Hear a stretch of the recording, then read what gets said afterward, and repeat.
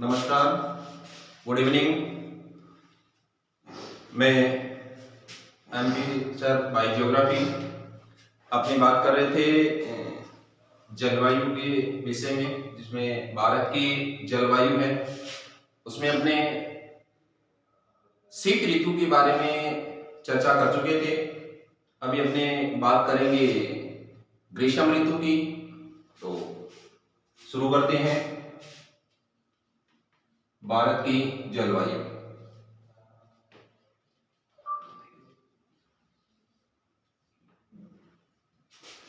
अपने ग्रीष्म ऋतु है उस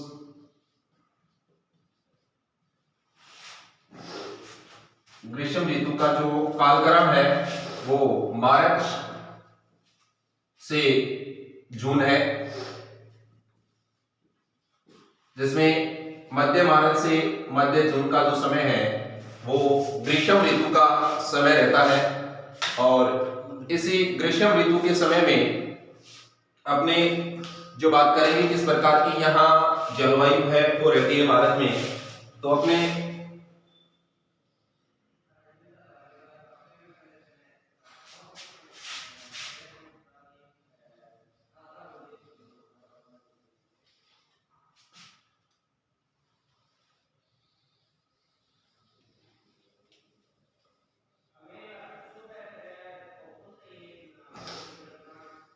ये भारत की बात करते हैं और जिसमें अपने बात करेंगे ग्रीष्म ऋतु की। और ग्रीष्म ऋतु में अगर बात की जाए सूर्य की स्थिति की, तो ये पृथ्वी है, इस पृथ्वी में जो सूर्य की स्थिति रहेगी अपने वो मार्च के महीने में, यानी मार्च की बात करें तो मार्च के महीने में सूर्य की स्थिति रहती है बिल्कुल विषुवत रेखा के ऊपर। और ये सूर्य बिल्कुल एकदम विषुवत रेखा के ऊपर चमकता है। और वापस लौटते समय भी ये सितंबर के महीने में भी सूर्य की स्थिति विषुवत रेखा पे होती है 0 डिग्री पे। और दिसंबर के महीने में अपने सूर्य की स्थिति है वो बिल्कुल यानी मकर रेखा पे रहती है। अभी अपने बात करते हैं मार्च और जून के महीने की। मार्च और जून के महीने में जो सूर्य की स्थिति है वो मार्च के बाद धीरे धीरे सूर्य की स्थिति उत्तरायण की ओर होती है और जून के महीने में बिल्कुल सूर्य की स्थिति यानी अपने कर्क रेखा के ऊपर सीधा चमकता है। तो ये अपने भारत की स्थिति को देखें तो ये भारत है और भारत की स्थिति ये है वो बिल्कुल यानी कर्क रेखा के सामने है। तो यहाँ सूर्य की जो किरणें बिल्कुल सीधी गिरेगी और सीधी गिरने की वजह से ये जो थार का मरुस्थल है यहाँ पर यानी बिल्कुल तापमान अधिक हो जाएगा। और तापमान जब अधिक होगा, तापमान अधिक होने की वजह से यहाँ पर यानी लो प्रेशर हो जाएगा। तापमान अधिक तो वायुदाब क्या हो जाएगा, यहाँ पर कम हो जाएगा। इस कारण से लो प्रेशर होने की वजह से यानी चारों ओर से जब यहाँ हवाएं आएंगी तो यह हवा आने से यहाँ पर अधिकतर यानी आंधियां है वो आनी शुरू हो जाएगी या यहाँ पर बबूली बनने शुरू हो जाएंगे, चक्रवातों के रूप में या बबूली बनेंगे। तो ऐसी स्थिति में यहाँ पर यानी अपने ये कह सकते हैं प्री मानसून के तौर पे मार्च और जून के महीने में यहाँ पर अधिकतर कई बार धूल भरी तेज आंधियां चलती है। और ये जो आंधियां चलती है इन्हीं स्थानीय भाषा में यहाँ स्थानीय लोग लू कहते हैं। ये बहुत ही तेज और इनके साथ में धूल के कण और गर्म शुष्क हवाएं होती है, इस कारण इसको लू कहते हैं। कई बार ऐसी हवाओं के साथ में यानी वर्षा भी होती है और वर्षा होने के कारण वर्षा के साथ साथ में ओले भी गिरते हैं।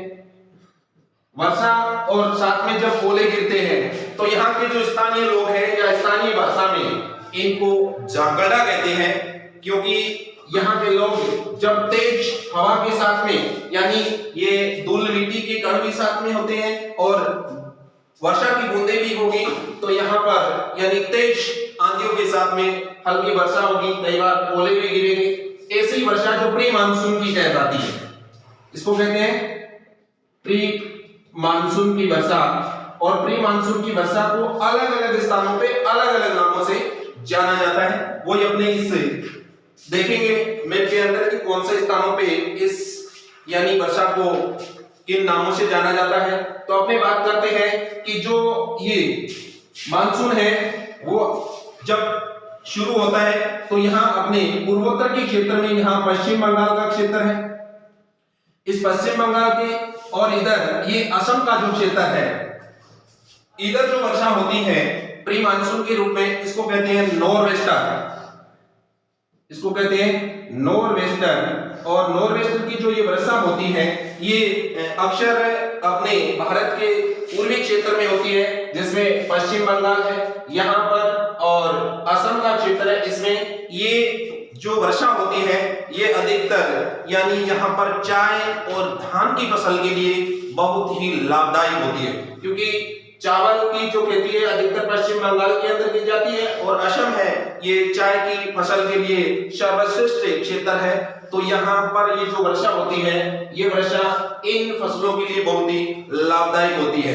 और यहाँ पर जो ये पश्चिम बंगाल में जो ये प्री मानसून की वर्षा होती है इनको कहते हैं यानी काल वैसाखी, इनको कहते हैं काल वैसाखी। और इधर जो ये पूर्वोत्तर जो असम के अंदर होती है इनको कहते हैं बारदोली छिड़ा, इनको कहते हैं यानी बारदोली छिड़ा, बारदोली छिड़ा। ये स्थानीय जो क्षेत्र है स्थानीय नामों से जाने जाते हैं। और अगर इनकी पूरी यानी पूर्वोत्तर की बात करें तो पूर्वोत्तर में जो वर्षा होती है उसको नॉर्वेस्टर कहते हैं। और अब बात करें अपने यानी दक्षिणी भारत की, क्योंकि तापमान की अगर बात करें अपने तो भारत के उत्तरोत्तर क्षेत्र में तापमान अधिक रहता है और दक्षिणी क्षेत्र में इनका तापमान कम रहता है।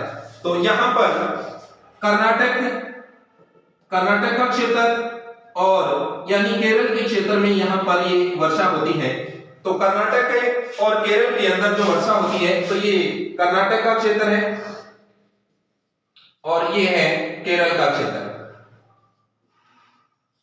यानी कर्नाटक और केरल के अंदर जो ये प्री मानसून की जो वर्षा होती है इसमें कर्नाटक के अंदर इसको कहते हैं चेरी ब्लॉसम और इधर अपने केरल की बात करें तो केरल के अंदर इसको कहते हैं यानी फूलों वाली वर्षा, या कह सकते हैं अपने कॉफी शावर, क्योंकि यहाँ पर जो कॉफी की बागान है और इधर अपने यानी कहुआ के जो वृक्ष है या जो कॉफी के बागान है उनपे फूल, ये कहुआ के जो बागान है उनमें फूल खिलते हैं और फूल खिलने के कारण इसको फूलों वाली वर्षा कहते हैं या चेरी ब्लॉसम कहते हैं। तो यहाँ पर ये इन फसलों के लिए बहुत ही लाभदायक होती है, तो इसीलिए स्थानीय रूप से इनको इन नामों से जाना जाता है यानी चेरी ब्लॉसम, ये चेरी ब्लॉसम, और इधर अपने कहते हैं यानी फूलों वाली वर्षा, फूलों वाली वर्षा, या अपनी कह सकते हैं यानी कॉफी वर्षा या कॉफी शावर।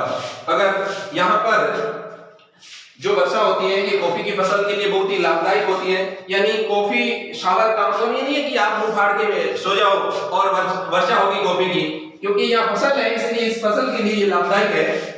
और इधर अपने बात करें तमिलनाडु के क्षेत्र की या अपने कोरोमंडल तट की,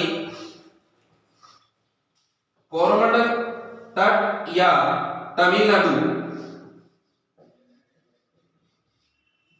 क्षेत्र की बात करें तो तमिलनाडु क्षेत्र के अंदर जो ये वर्षा होती है ये भी वर्षा यहाँ के जो बागान है, आम के जो बाग है, उन आम के बागानों में बहुत ही अच्छी वर्षा होती है, क्योंकि इनके जो बौछारें गिरती है इन बौछारों से ये आम की फसल अच्छी होती है, इसीलिए इसको कहते हैं यानी आम वर्षा, या कह सकते हैं मैंगो शावर। ये जो वर्षा है मैंगो शावर कहलाती है। अब अपनी बात करें इधर तापमान की, इस ग्रीष्म ऋतु के अंदर तापमान किस प्रकार का रहता है यानी भारत के अंदर, तो ग्रीष्म ऋतु के अंदर यहाँ पर तटीय किनारों पे यानी तापमान कम रहेगा। तापमान कम रहेगा, क्यों रहेगा? क्योंकि यहाँ तीन ओर से ये भारत का जो क्षेत्र है प्रायद्वीपीय, ये तटीय भाग, ये तीन ओर से जल से घिरा है। तीन ओर से जल से घिरे हुए के कारण यहाँ पर तापमान यानी कम रहेगा, और ऊपर वाले क्षेत्र है यानी इस क्षेत्र को, हिमालय को छोड़कर के ये मैदानी भाग, यहाँ पर तापमान रहता है अधिक। यहाँ पर अक्षर तापमान 40 डिग्री सेल्सियस से लेकर के यानी 42 डिग्री सेल्सियस तक रहता है तापमान, क्योंकि यहाँ पर मैदानी भाग है। और इधर अपने बात करें उत्तर पश्चिम भारत की, तो उत्तर पश्चिम भारत के अंदर यानी अत्यधिक मात्रा में बालू मृदा है, और बालू मृदा सूर्य के प्रकाश से जल्दी गर्म हो जाती है। इस कारण यहाँ पर तापमान दिन का 40 से 42 डिग्री रहता है। रात्रि के समय में यहाँ पर तापमान अक्सर कम हो जाता है, इसलिए यहाँ के क्षेत्र का तापांतरण सबसे अधिक पाया जाता है। अगर बात करें अपने यानी दक्षिणी भारत की या इन प्रायद्वीपीय और तटीय क्षेत्रों की, तो यहाँ का जो तापमान है वो कम रहेगा। वो तापमान करीबन 26 डिग्री से लेकर के यानी 30 डिग्री सेल्सियस तक रहेगा, यानी इसमें तापांतरण है वो कम रहेगा, क्योंकि ये यहाँ यानी तीन ओर से जल से घिरे हुए के कारण यहाँ पर जो जल है वो जल्दी गर्म नहीं होता है और जल्दी भी ठंडा नहीं होता है। इस कारण से तापमान है वो क्या रहता है यानी लगभग समान रहता है। यहाँ की स्थिति है वो यानी कम तापांतरण कहलाती है, और यहाँ की स्थिति तापांतरण अधिक होती है, क्योंकि 40 से लेकर के यहाँ 38 डिग्री से लेकर के 30 डिग्री के आसपास से यानी तापांतरण पहुंच जाता है, और इसी कारण से यहाँ का तापांतरण अधिक होता है और तटीय भागों का तापांतरण है वो कम होता है। अगला जो अपना टॉपिक रहेगा भारत की जलवायु से संबंधित रहेगा, और भारत की जलवायु में प्री मानसून की बात हम कर चुके हैं कि मानसून से पहले यानी ये जून के महीने के आसपास और मार्च के बाद के महीनों के आसपास ऐसी वर्षाएं होती है। अक्सर ये कई बार ठीक हो जाती है, कई बार कम भी होती है वर्षा। अब अगला जो अपना बिंदु रहेगा उसके अंदर अपने बात करेंगे यानी वर्षा ऋतु की, और वर्षा ऋतु का जो काल रहेगा वो अपना यानी मध्य जून से लेकर के और मध्य यानी सितंबर तक का है, और वो अपनी बात करेंगे वर्षा ऋतु के अंदर। और वर्षा ऋतु का जो काल है वो अपने कल करेंगे। धन्यवाद। जय हिंद, जय भारत।